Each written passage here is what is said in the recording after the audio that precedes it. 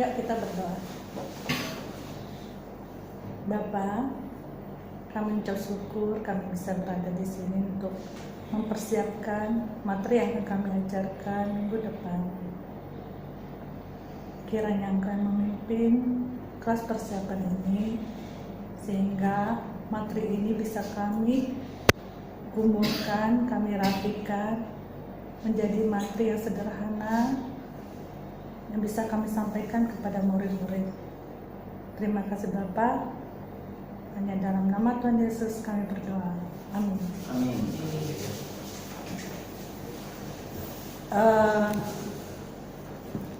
Kayak lupi-lupi. Ya kalau itu karena bagus PDF PPT-nya, jadi aku ambil ini. Suka mencatur. Reproduksi, kan judulnya reproduksi rohani. Terus firman Tuhan Matius pasal 28 ayat 16 sampai 20, Roma pasal 10 ayat 9 sampai 11, 1 Korintus 15 1 sampai 4. Terus poin utamanya, para remaja dapat menjadi bagian dari rencana Allah untuk menginjili bangsa-bangsa. Itu poinnya. Jadi setelah pelajaran ini diharapkan satu, mengetahui mereka memiliki tanggung jawab penginjilan. Terus para remaja tuh mampu memberitakan Injil secara sederhana. Terus ketiga, para remaja itu bisa mulai proses merencanakan sebuah acara penginjilan.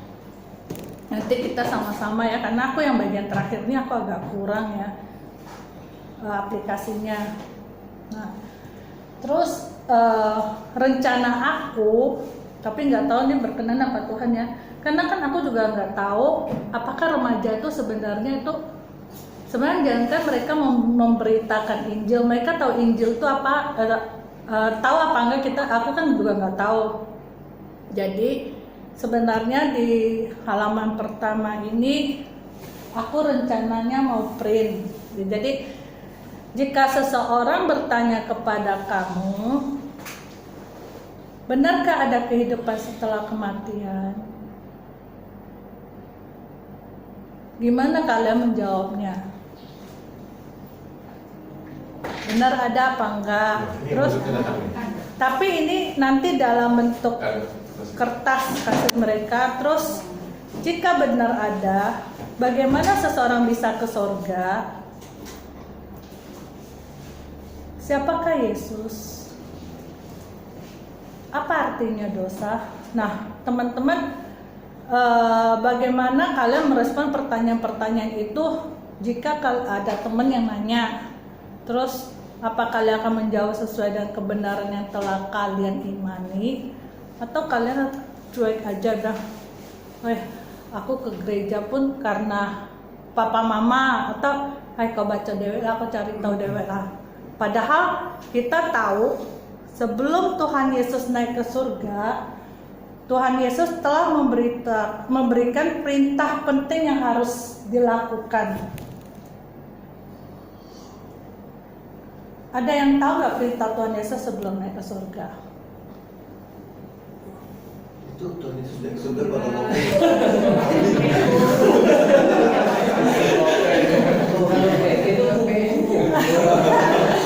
Ada yang tahu nggak perintah sebelum Tuhan Yesus naik ke surga?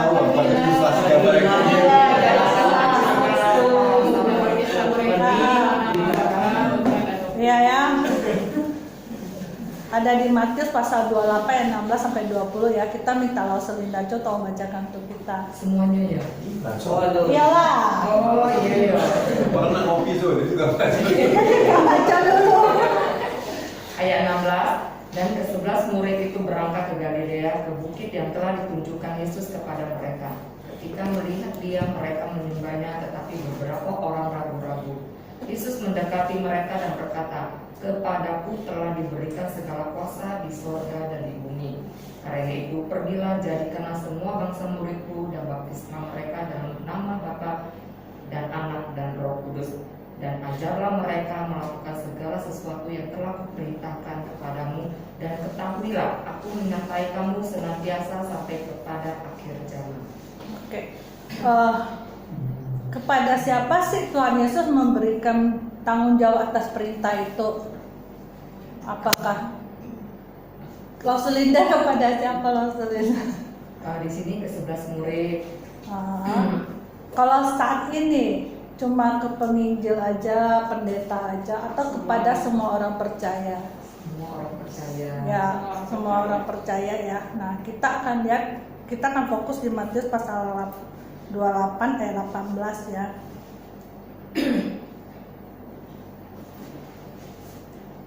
Nah, kepadaku, kecepatan keluar.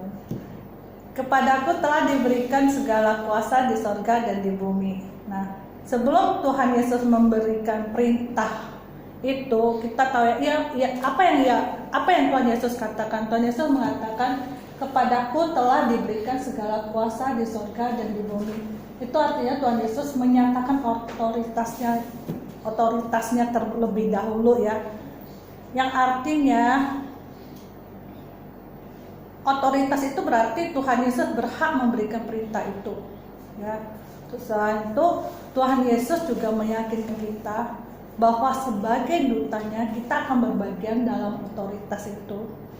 Yang ketiga, yang ketiga kalau di Somi Yesus dia agak beda, cuma nanti kita ada yang bawa bukunya, kita remukin kata-kata yang tepat tuh gimana ya, dia agak gimana gitu.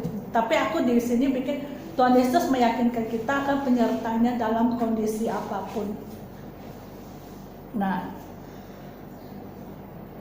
terus kita ke Matius pasal 28 ayat, ini masih belum ubah nih kayaknya, ayat 19 ya, benar ayat 19 dan 20, ayat 19 aja. Karena itu pergilah, jadikanlah semua bangsa muridku. Nah, sebelum kita jadikanlah semua bangsa muridku, kita akan lihat kata pergilah. Pergilah itu bukan berarti mereka pergi sampai Afrika atau mereka kemana, tapi pergilah di sini artinya tuh bergerak. Jadi dimanapun kita, baik di sekolah, di tempat kursus, dengan teman-teman sepupu, itu kita bergerak membagikan Injil. Terus kalau muridku, untuk menjadi seorang murid, seseorang tuh harus dilahir barukan dalam Kristus. Ya, bagaimana seseorang bisa dilahir barukan dalam Kristus? Yaitu ketika mereka mendengar tentang Injil. Jadi fungsi kita di sini adalah menjadi duta Tuhan Yesus dalam menceritakan Injil kepada orang lain. Injil itu apa sih? Kita udah tahu. Jadi aku membagikan Injil ke orang lain. Tapi apa yang aku bagikan? Injil itu apa sih? Injil itu berasal dari kata Yunani yang artinya kabar baik. Aku nggak tahu cara baca ini ya, apa bacanya, aku bingung. Apakah beda Evangelion, bener ya? Sesuai bacaannya ya, yang artinya kabar baik. Apa isi kabar baik itu? Nah, kita akan ke 1 Korintus pasal 15 ayat 1 sampai 4.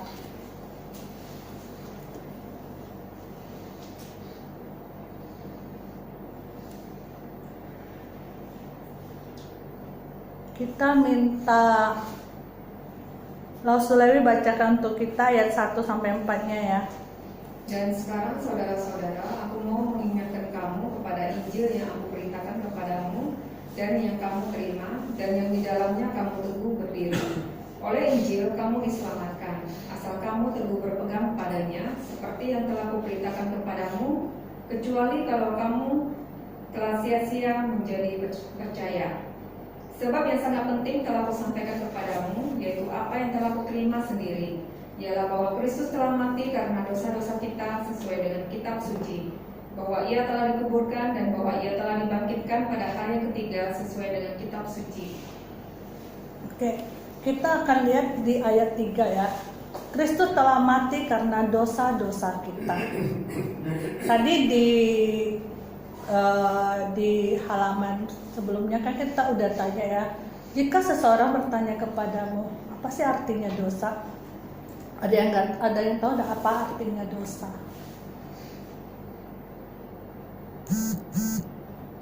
Lause Tina, apa artinya dosa?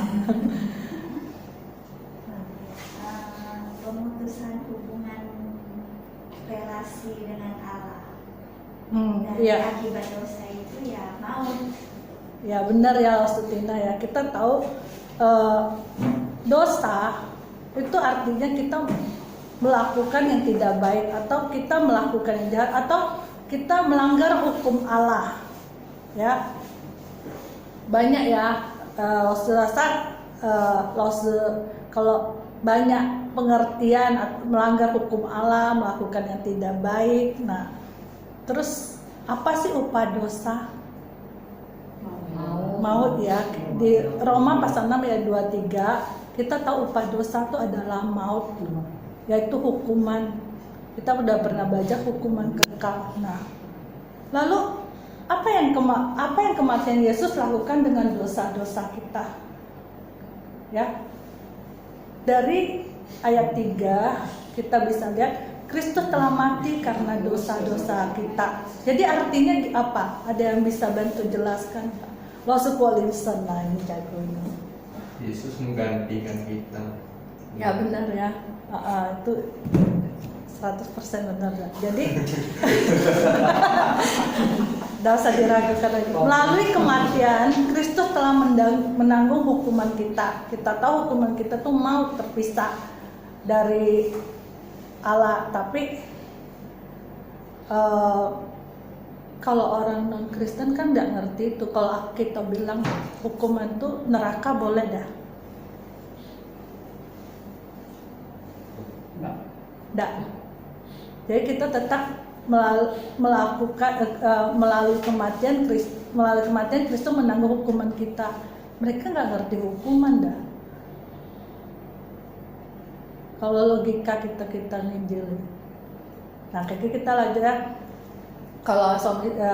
Kalau dari suami Yesus aku simpulkan, apa yang kematian Yesus lakukan dosa-dosa kita, melalui kematian Kristus menanggung hukuman kita. Jadi dia mendapatkan dosa kita dan hukumannya kita mendapatkan kebenarannya. Itu ada di 2 Korintus pasal 5 ayat 21. Nah, kita baca, mintalah Susantoso bacakan. Aku juga salah ya. Terus 5:21. Dia yang tidak mengenal dosa telah dibuatnya menjadi dosa karena kita, supaya dalam Dia kita dibenarkan oleh Allah. Ya, jadi dari ayat 3 kita lihat bahwa Yesus menanggung hukuman kita, bahwa kita adalah manusia berdosa dan Yesus menanggung hukuman kita sehingga kita mendapatkan kebenarannya. Kita lanjut ke ayat 4. Ia telah dikuburkan dan bahwa ia telah dibangkitkan pada hari yang ketiga. Dibangkitkan, itu kebangkitan Yesus adalah saksi bahwa Yesus adalah Tuhan. Kita akan coba baca Roma pasal 1 ayat 4. Kita minta Lo Sekar bacakan untuk kita. Roma 1 ayat 4. Dan menurut Roh Kekudusan dinyatakan oleh kebangkitannya dari antara orang mati bahwa ia adalah anak Allah yang berkuasa, Yesus Kristus Tuhan kita. Ya, kalau umpama Tuhan Yesus cuma mati untuk menanggung dosa-dosa kita, tidak dibangkitkan, mungkin harapan kita itu mungkin harapan kita sia-sia. Tetapi Tuhan Yesus bukan hanya mati nanggung dosa kita, tetapi dia juga dibangkitkan. Ya, jadi kebangkitan Yesus itu adalah saksi bahwa Yesus adalah Tuhan. Nah, kita akan coba baca Roma pasal 10 ayat 9 sampai 11.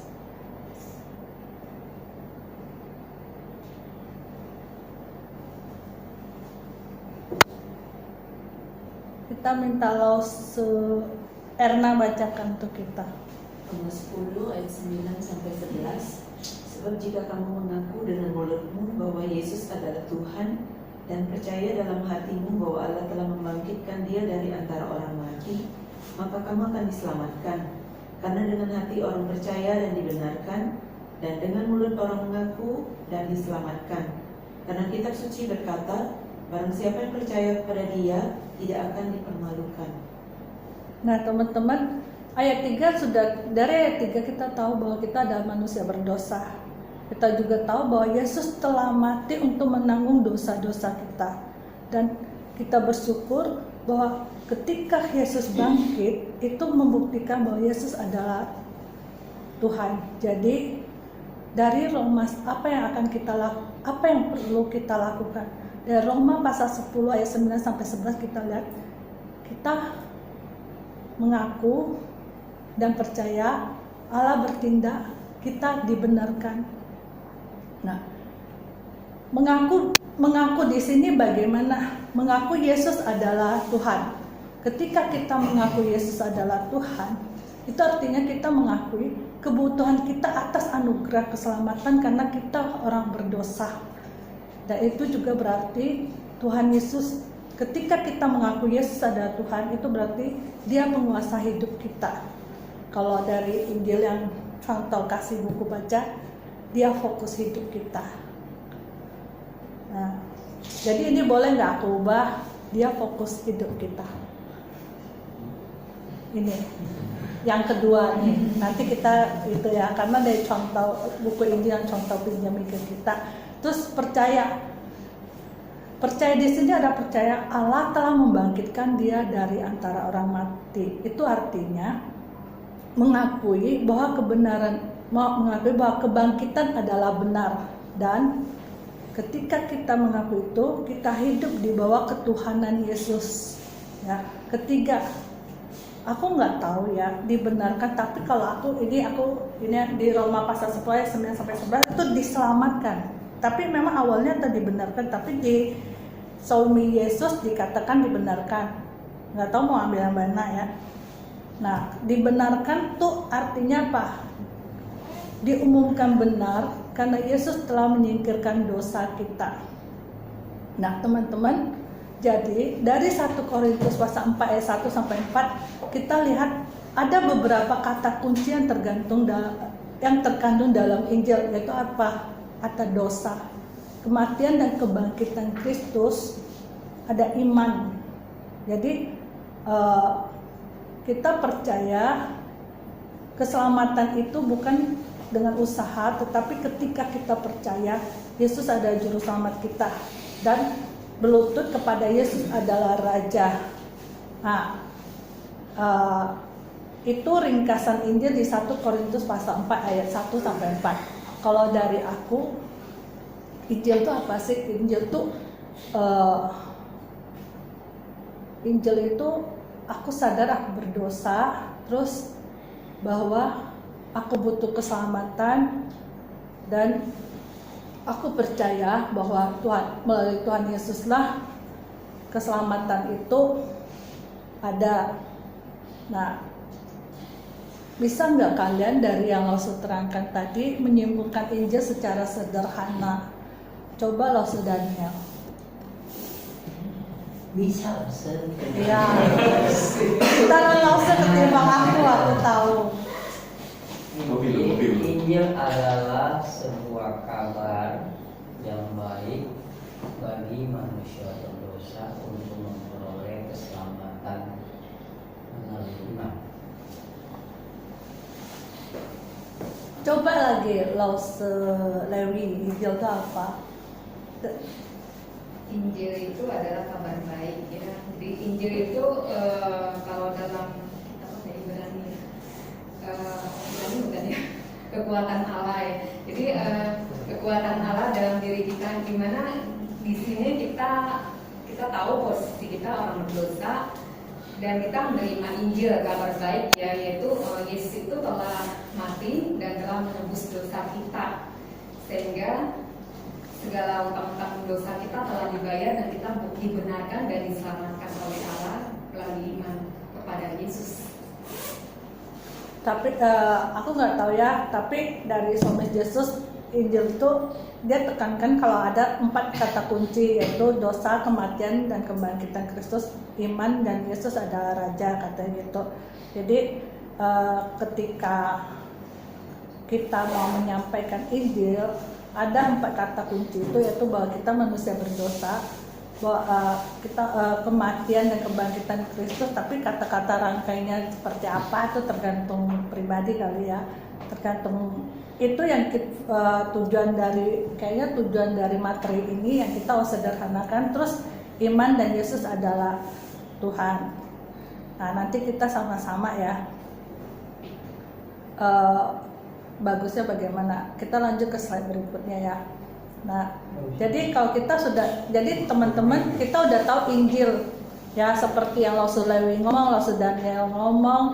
Injil itu apa? Injil itu ada kabar baik bahwa bahwa Allah telah menghadirkan keselamatan kepada kita melalui Tuhan Yesus ya, yaitu melalui kematian dan kebangkitan Tuhan Yesus itu. Jadi kalau Injil ada kabar baik, maka penginjilan adalah memberitakan kabar baik. Nah, ada 3 unsur penting dalam penginjilan. Pertama, mengakui kedaulatan Tuhan. Jadi ketika kita rindu seseorang untuk mendengar Injil, kita mau membagi Injil, satu hal yang harus kita akui adalah semua itu ada dalam kedaulatan Tuhan. Jadi hal pertama yang kita lakukan adalah berdoa, karena kita tahu kedaulatan Tuhanlah yang bekerja. Nah, itu ada di 1 Korintus pasal 3 ayat 6. Kita baca ya.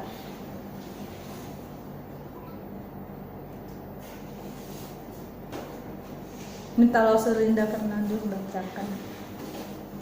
Aku menanam, Apolos menyiram, tetapi Allah yang memberi pertumbuhan. Ya, jadi dari sini kita lihat bahwa Allah yang berdaulat. Ya. Kedua, kehadiran orang yang tidak dipercaya. Jadi mungkin kita bisa mendukung atau mensupport program-program KPR yang bertujuan untuk menginjilin, atau program-program gereja seperti KKR. Kita bisa mengajak teman-teman. Terus ketiga, penyajian Injil. Nah, penyajian Injil itu harus jelas dan dalam bahasa yang dimengerti oleh mereka yang ingin dijangkau. Nah, kayak tadi kita dosa, kita mungkin bisa lebih sederhananya apa gitu loh. Atau kematian dan kebangkitan Tuhan Yesus itu menggunakan kata-kata yang sederhana. Nah, udah sampai di sini aja.